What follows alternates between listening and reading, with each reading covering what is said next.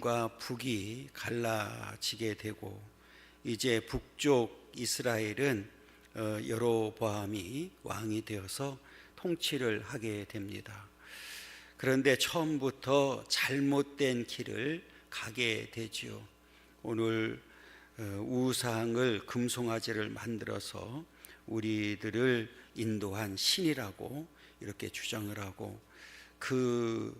직접 그곳에서 이제 분향을 하게 되는 이제 그런 장면입니다. 그래서 오늘 1절에 보면 보라 그때에 그랬거든요. 그때가 언제냐? 여로보암 왕이 일방적으로 자기 마음대로 날짜를 정해서 8월 15일을 절기라고 정해놓고 일방적으로 그 장소를 지정을 하고 그 다음에 금송아지를 만들어 놓고 신이라고 이제 선언하고 난 다음에 본인이 직접 분향을 하면서 본을 보이는 그 때를 말합니다. 그러면 그 때를 이해하기 위해서 우리가 성경을 좀 읽어봐야 되는데 12절 31절부터 33절까지 왜 보라 그때에 이렇게 나와 있는지 함께 읽어보도록 하겠습니다. 그가 또 산당들을 짓고 레위 자손 아닌 보통 백성으로 제사장을 삼고 8째 날 곧 그 달 15째 날로 절기를 정하여 유다의 절기와 비슷하게 하고 제단에 올라가되 베델에서 그와 같이 행하여 그가 만든 송아지에게 제사를 드렸으며 그가 지은 산당에 제사장을 베델에서 세웠더라. 그가 자기 마음대로 정한 달 곧 8째 달 15째 날로 이스라엘 자손을 위하여 절기로 정하고 베델에 쌓은 제단에 올라가서 분향하였더라. 이렇게 자기 마음대로 유다와 비슷한 절기를 만들어 놓고 스스로 만든 금송아지에게 분향하는 그때에 이렇게 이야기를 합니다. 분향하는 그때에 하나님의 사람이 여호와의 말씀으로 말미암아 그랬어요. 누가 나타났습니까? 익명의 선지자죠. 그러니까 하나님의 사람이 하나님의 말씀으로 말미암아 이 얘기는 하나님의 명령을 받고 유다에서부터 베델까지 왔다, 이제 이 말을 지금 하고 있는 거거든요. 그러니까 상당히 먼 길을 지금 왔는데 왜 왔느냐? 하나님의 명령이 있기 때문에, 그리고 하나님의 명령을 전달하기 위해서 왔다, 이렇게 보면 됩니다. 마침 여로보암이 제단 곁에 서서 분향하는지라 그랬어요. 마침 베델에 도착, 하나님께서 명령을 해서 이제 그 베델에 도착해 보니 마침 이제 그 분향을 왕이, 여로보암 왕이 이 그 베델에서 지금 금송아지에게 분향하는 그때에 지금 이 하나님의 사람이 등장을 하게 됩니다. 이렇게 오늘 그 이 선지자, 익명의 선지자, 하나님의 사람은 사실은 먼 길을 오기도 했지만 지금 하나님의 말씀을 가지고 이제 왔거든요. 그러면 하나님의 말씀은 뭐냐면 지금 여로보암이 세운 그 제단이 회파된다. 이것을, 이 말은 뭐냐면 망한다, 이제 이걸 전하기 위해서 온 거예요. 그러면 지금 이 여로보암 왕은 지금 막 왕이 되어서 굉장히 그 왕권을 강화하는 그때에 있었고, 더더군다나 이제 그 백성들을 하나로 묶기 위해서 굉장히 지금 혈안이 되어 있는, 그래서 지금 비슷하게 유다와 비슷하게 절기를 만들고 산당도 지금 만들고 제단도 만들고 우리가 섬겨야 될 신이라고 만들고 이렇게 아주 강화 정책을 쓰고 있을 때에 지금 와서 하나님의 말씀을 그대로 전한다. 소위 말하면 망한다. 쉬울까요? 어려울까요? 어렵죠. 이거는 목숨을 담보하지 않으면 안 되는 거예요. 사실은 그 당시에 이 여로보암 왕이 만약에 하나님의 사람을 선지자를 죽여도 죽일 수 있는 거죠. 그렇잖아요. 그러니까 이 하나님의 사람은 이제 하나님의 말씀을 가지고 하나님의 명령이기 때문에 어찌 보면 죽으면 죽이라 각오라고 갔다 이렇게 보면 되거든요. 그러면 어떻게 가능했느냐? 오늘 단서종을 계속 주는 거예요. 그게 뭐냐면 하나님의 말씀이거든요. 그러니까 오늘 이 하나님의 사람은 왜 하나님의 사람이냐? 하나님 말씀에 절대 순종하는 자에 있다는 거예요. 그리고 오늘 여로보암은 하나님 말씀에 뭐 하는 자입니까? 불순종하는 자였어요. 불순종의 정도가 아니라 하나님을 완전히 떠나고 하나님을 버리고 적극적으로 뭐를 섬기고 있어요? 우상을 섬기는 자가 되어버린 겁니다. 그러니까 오늘 이렇게 이 말씀을 기준으로 해서 축복을 받는 자가 있는가 하면 오늘 이 망하는 자가 있다는 사실을 우리에게 분명하게 이제 가르쳐주고 있습니다. 그렇다면 이제 오늘 저와 여러분들은 오늘 이 하나님의 사람처럼 늘 뭐가 중심이 돼야 돼요? 말씀이 돼야 된다는 거예요. 말씀이. 그래서 오늘 이 선지자가 이제 예언을 합니다. 그런데 그 예언이 이루어졌을까요? 안 이루어졌을까요? 이루어졌어요. 물론 바로 이루어지진 않았어요. 바로 이루어지진 않았지만 오늘 그 예언됐던 내용이 그대로 성취되는 이제 그런 역사를 우리가 이제 보게 되는데요. 자, 우리 2절에 읽어보면 하나님의 사람이 제단을 향하여 여호와의 말씀으로 예쳐 이르되, 뭐를 전했어요? 여호와의 말씀을 이제 예쳤습니다. 제단아 여호와께서 이와같이 말씀하시기를 다윗의 집에 요시야라 이름하는 아들을 낳으리니 그가 내 위에 분향하는 산당 제사장을 내 위에서 제물로 바칠 것이요 또 사람의 뼈를 내 위에 사르리라 하셨느니라. 이 얘기는 뭐예요? 완전히 뭐 한다는 거예요? 망한다 그 얘기잖아요. 망한다 그 얘기예요. 자, 그러면 그대로 됐을까요? 안 됐을까요? 제가 됐다고 그랬잖아요. 그러면 찾아야 되잖아요. 언제 됐느냐? 약 300년 후에 남쪽 유다 16대 왕 요시야가 등장하면서 그대로 이루어졌는데요. 열왕기 하 23장 우리 한번 보겠습니다. 열왕기 하 23장 15절부터 20절까지 한번 읽어보겠습니다. 603쪽에 있습니다. 열왕기하 23장 15절부터 20절까지 쭉 길지만 읽어보겠습니다. 또한 이스라엘에게 범죄하게 한 느밧의 아들 여로보암이 베델에 세운 제단과 산당을 왕이 헐고 또 그 산당을 불사르고 빻아서 가루를 만들며 또 아세라 목상을 불살랐더라.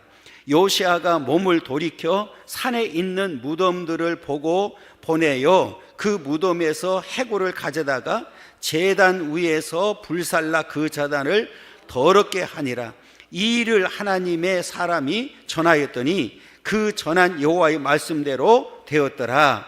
요시야가 이르되 내게 보이는 저것은 무슨 비석이냐 하니 성읍 사람들이 그에게 말하되 왕께서 베델의 제단에 대하여 행하신 이 일을 전하려 유다에서 왔던 하나님의 사람의 묘실이다 하니라.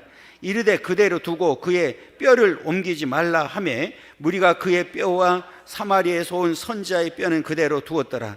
전에 이스라엘 여러 왕이 사마리아 각 성읍에 지어서 여호와를 경노하게 한 산당을 요시아가 다 제거하되 베델에서 행한 모든 일대로 행하고 또 거기 있는 산당의 제사장들을 다 제단 위에서 죽이고 사람의 해골을 제단 위에서 불사르고 예루살렘으로 돌아왔더라. 약 300년 후에 완벽하게 이루어졌습니다. 우리 이 말을 읽었으니까 2절을 다시 한번 읽겠습니다. 13장 2절입니다. 시작. 하나님의 사람이 제단을 향하여 여호와의 말씀으로 외쳐 이르되 제단아 제단아 여호와께서 이와 같이 말씀하시기를 다윗의 집에 요시아라 하는 이름하는 아들을 낳으리니 그가 내 위에 분향하는 산당 제사장을 내 위에서 제물로 바칠 것이요 또 사람의 뼈를 내 위에서 사르리라 하셨느니라. 여러분 다 그냥 그대로 여기 뭐 더 설명할 이유가 있어요 없어요? 없잖아요. 그대로 이루어진 거예요. 300년 후에 오늘 요시아 그대로 다윗의 집에 요시아라는 이름은 아들을 낳을 텐데 남쪽 유다 16대 왕이었던 요시아가 하나님 말씀대로 이 산당을 철저히 다 제거해 버리는 이제 그런 역사를 보게 됩니다. 이렇게 이제 하나님의 사람이 전달합니다. 오늘 이 여로보암 왕 입장에서 볼 때는 야 이거 큰일 났다 생각할 수밖에 없잖아요. 앞에 제가 서론에 단서를 주었어요.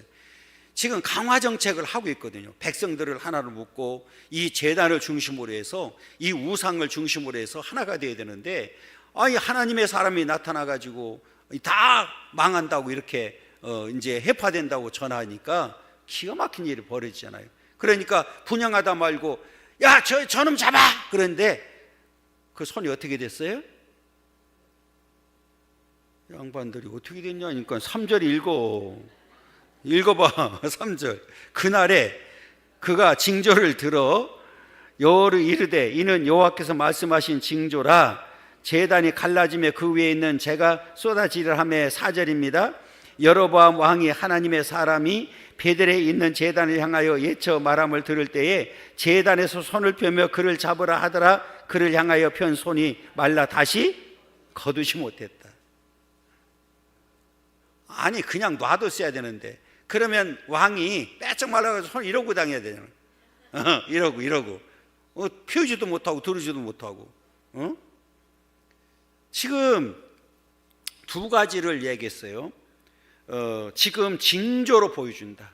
그러니까 반드시 이 제단은 회파되고 망하게 되는데 그 징조로 두 가지를 보여준다. 하나는 잘 보시게 되면 그 제단이 갈라지며 그 위에 있는 재가 쏟아진다. 여러분 이 제단은 뭘로 만들었을까요? 금속으로 만든 거죠. 쇳덩어리. 그런데 그 쇠가 갑자기 갈라진다. 가능해요? 불가능해요? 불가능하죠. 그런데 그 말이 있자마자 갈라졌어요? 안 갈라졌어요? 갈라지고 재가 쏟아진 거예요. 그리고 두 번째 징조가 뭐예요? 왕의 손이 말라버린 거잖아요. 그러면 뭐 해야 됩니까? 당연히 깨닫고 돌아와야 되잖아요. 그런데 왕이 깨달아요? 못 깨달아요? 전혀 못 깨달아요. 전혀. 이게 악한 자들의 전형적인 특징이란 말이에요. 그러니까 하나님의 말씀을 들을 때에 깨닫는 사람은 당연히 회개하고 말씀으로 다시 돌아오는 거죠. 그러면 그 길은 복된 길이 되고 하나님 앞에 영원한 축복을 받는 길이란 말이에요. 그런데 이 악한 자들의 특징은 그 징조를 봤음에도 불구하고 여러분 이 사건은 징조라고 얘기했지만 그것을 통해서 깨닫고 돌아오기를 원한 거죠. 그런데 이 왕은 돌아오지 않는 거예요. 그런데 이 성경의 역사를 보면 여러분, 하나님의 말씀을 듣고 불순종했던 자들의 특징이 그대로 오늘 말씀과 똑같아요. 대표적인 사람을 들으라고 하면 그 징조를 보고도, 그렇게 많은 이적과 기적을 보고도 끝까지 돌아오지 아니했던 사람들이 있죠. 대표적인 사람을 얘기하라고 그러면 바로죠. 물론 바로는 처음부터 예수 하나님을 믿는 사람이 아니었으니까 끝까지 그냥 완악한 마음을 유지했다고 보면 되는데, 여러분, 심지어는 10가지 재앙을 통해서 보냈잖아요. 그리고 나중에는 그 보낸 그들까지 뭐 하려고 했어요? 다시 잡아들이려고 하기까지 한 사람이잖아요. 결국은 하나님의 심판에서 망하게 되는 그런 역사를 보게 됩니다. 반대로 하나님의 사람 가운데서도, 이 하나님의 사람이라고 하면 하나님의 백성이죠. 이제 선민이었던 백성들 가운데 대표적인 사람을 들으라고 하면 출애굽 1세대입니다. 여러분, 1세대들은 오늘 말했던 것처럼 이 10가지 재앙, 출애굽하기 전에 10가지 재앙을 다 목도한 사람입니다. 그리고 광야 40년 동안에 얼마나 많은 기적을 체험했습니까? 낮에는 구름 기둥으로, 밤에는 불 기둥으로, 홍해바다를 갈르게 만들고, 반석을 쳐서 물을 주고, 배고파할 때 만나를 주고, 고기 달라니까 메추라기 주고, 이러면서 하나님께서 그들에게 필요한 것을 다 제공해 주었잖아요. 그런데 여러분, 말씀을 들었어요, 안 들었어요? 더더군다나 이 고라자손 같은 경우는 그 아론과, 하나님께서 세운 지도자 아론과 모세에게 도전했다가 땅이 갈라져서 산채로 다 망하는 역사를 봤거든요. 여러분, 그들이 기적을 체험하지 않았습니까? 엄청난 기적을 체험했습니다. 그럼에도 불구하고 끝까지 오늘 재기를 가다가 망하는 모습들을 보게 됩니다. 여러분, 우리가 신앙생활하면서도 똑같아요. 똑같은 말씀을 들었는데 어떤 사람들은 그 말씀을 통해서 깨닫게 되고 돌아오는 그런 사람이 있는가 하면, 오히려 그 말씀을 통해서 시험이 들고 하나님을 떠나는 미련한 종들을 보게 됩니다. 그러니까 망하는 길을 가는 거지요. 그렇잖아요. 여러분, 우리가 이 땅에 사는 동안에 이렇게 어리석고 미련한 자들이 돼서는 안 됩니다. 여러분, 오늘 이 말씀을 통해서 우리는 늘 깨닫고 뭐 하는 자들이 돼야 돼요? 돌아오는 자들이 돼야 됩니다. 여러분, 이 말씀을 주신 이유도 바로 여기 있잖아요. 그런데 오늘 여로보암 왕은 그렇게 징조를 이야기하고 실제로 그렇잖아요. 자, 3절에 보면 그날에 그가 징조를 들어 이르되 그랬어요. 이는 여호와께서 말씀하신 징조라. 제단이 갈라지며 그 위에 있는 재가 쏟아지리라 하매. 4절에 보면 여로보암 왕이 하나님의 사람이 베델에 있는 제단을 향하여 예쳐 말함을 들을 때에 제단에서 손을 펴며 그를 잡으라 하더라. 그를 향하여 편 손이 말라 다시 거두지 못했다. 여러분, 이 두 가지 사건만 보더라도 하나님의 어떤 하나님을 알았잖아요. 하나님의 능력을 알게 되잖아요. 더더군다나 지금 이 여로보암 왕은 지금 손이 말랐잖아요. 움직일 수 없잖아요. 그러니까 간청을 해, 간청을. 여러분, 그때 지금 이 하나님의 사람에게, 선지자에게 구할 것이 아니라 직접 누구한테 구해야 됩니까? 하나님한테 구해야 되잖아요. 여러분, 오늘 5절을 보면, 이 6절을 보면 5절과 6절을 이제 읽어보겠습니다. 하나님의 사람이 여호와의 말씀으로 보인 징조대로 제단이 갈라지며 재가 제단에서 쏟아진지라.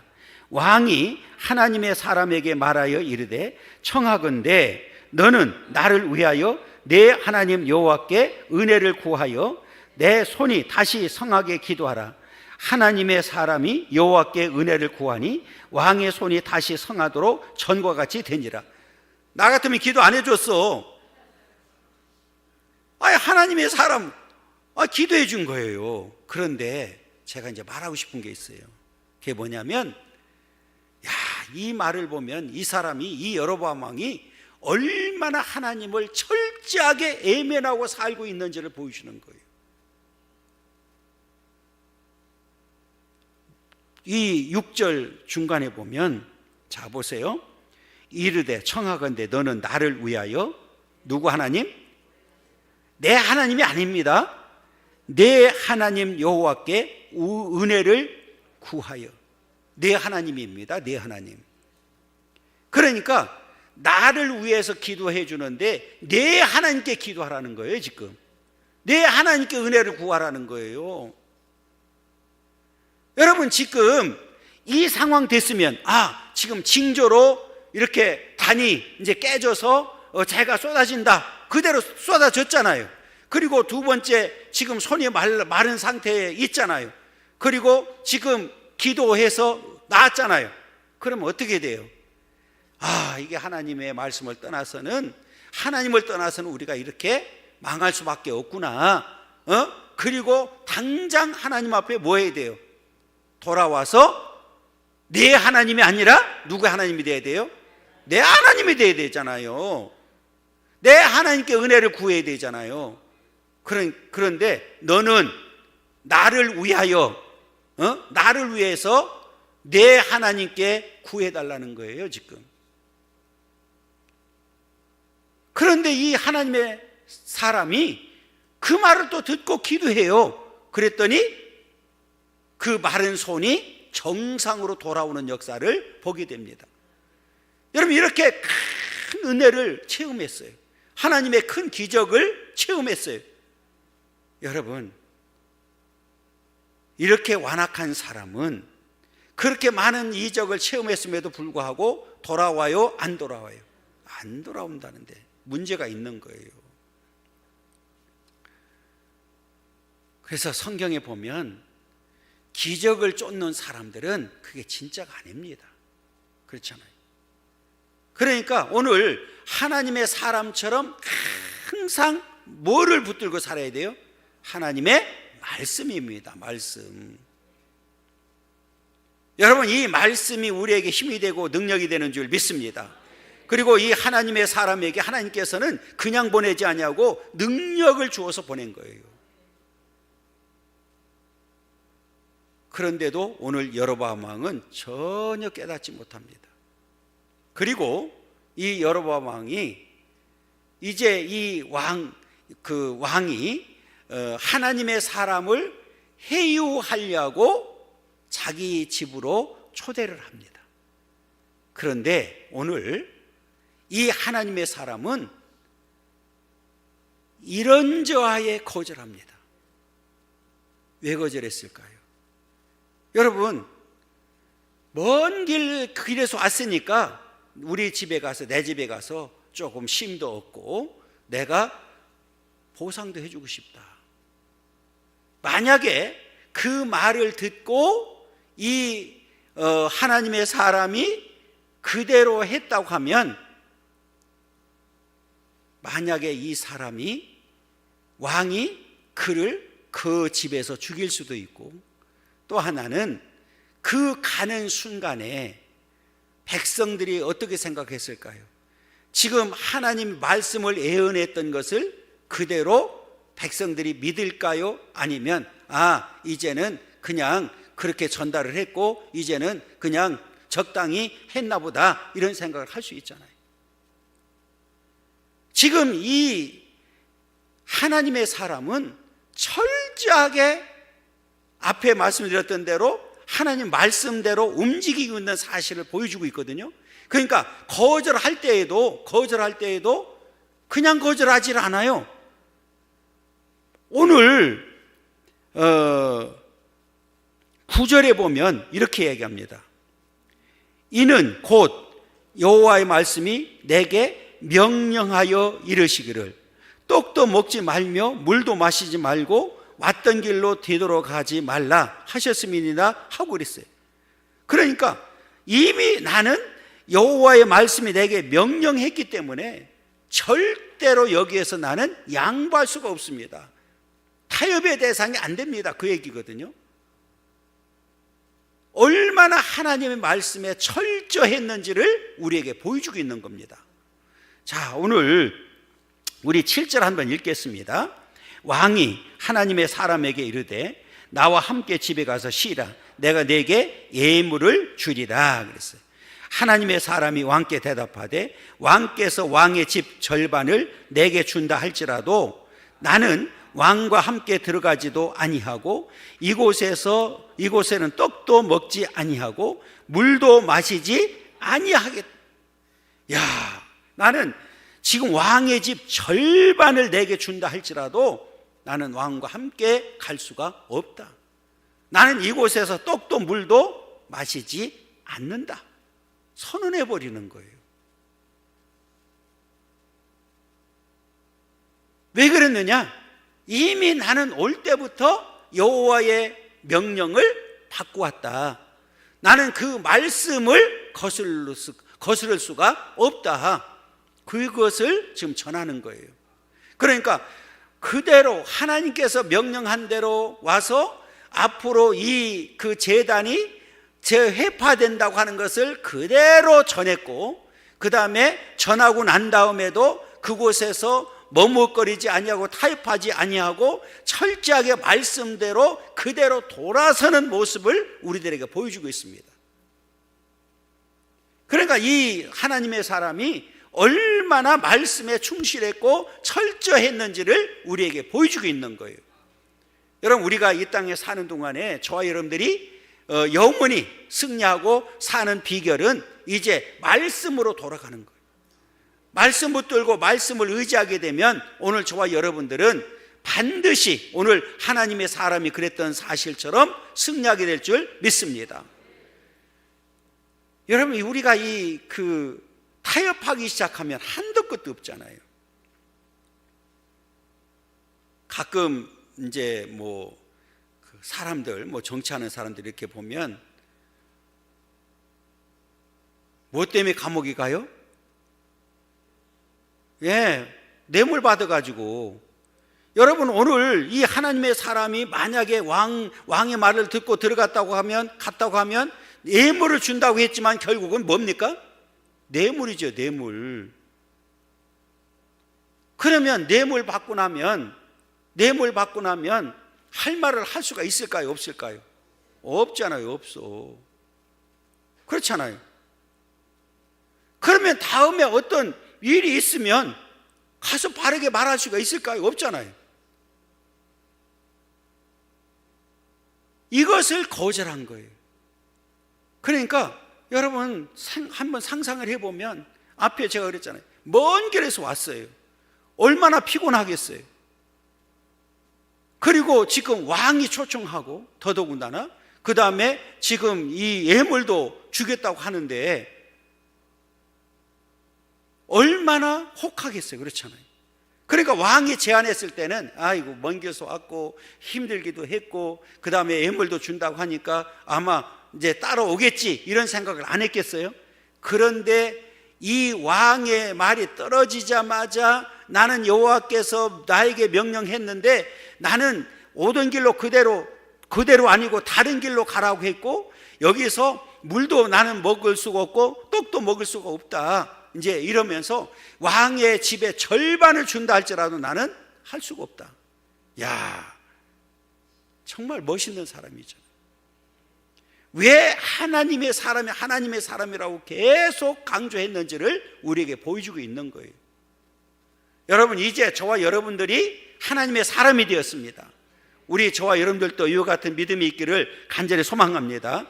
그래서 9절에 보면 이는 곧 여호와의 말씀이 내게 명령하여 이르시기를 떡도 먹지 말며 물도 마시지 말고 왔던 길로 되돌아가지 말라 하셨습니다 하고, 이에 다른 길로 가고 자기가 베델에 오던 길로 되돌아가지도 아니했다. 아마 이 길이 지금 올 때는 제 생각입니다. 이거는 어떤 길인지도 모르니까 올 때는 최고로 가까운 길로 온 것 같아요. 그런데 갈 때는 돌아서 가더라도, 먼 길로 가더라도 왔던 길로 그대로 가지 말라고 한 거예요. 왜 그랬을까? 아마 왔던 길로 그대로 가다 보면 왕이 그냥 돕겠어요. 그잖아요, 그죠? 그러니까 여러 생각을 하나님께서 이미 그 왕의 마음을, 그 완악한 마음을 다 알고 있었던 거예요. 그러니까 이 하나님의 사람을 보호하기 위한 그런 역사가 아닌가, 이런 생각을 하게 됩니다. 아무튼 오늘 이 하나님의 사람 입장에서 볼 때는, 아니 하나님, 빨리 그냥 나는 유다로 지금 가고 싶은데 왜 먼 길로 돌아가라고 합니까? 또 험한 길로 가라고 합니까? 왜 다른 길로 가라고 합니까? 이렇게 할 수 있잖아요. 그런데 이 하나님의 사람은 전혀 거기에 대해서 대꾸가 없어요. 그냥 하나님의 명령에 뭐 하고 있어요? 그대로 순종해서 오던 길로 가지 아니하고 다른 길로 돌아가는 모습을 우리에게 보여주고 있습니다. 여러분, 우리 생각과 내 뜻대로 사는 것이 아니라, 오늘 하나님의 사람은 오직 누구의 뜻대로 살고 있어요? 하나님의 뜻대로 살고 있음을 우리에게 보여주고 있습니다. 마찬가지로 오늘 저와 여러분들도 이제는 내 뜻이 아닌 하나님의 뜻대로 사는 그런 삶이 되기를 원하고, 오늘 하나님의 뜻대로 한 주간도 하나님 영광 돌려드리고 한 주간도 승리하는 그런 삶이 되기를 간절히 소망합니다.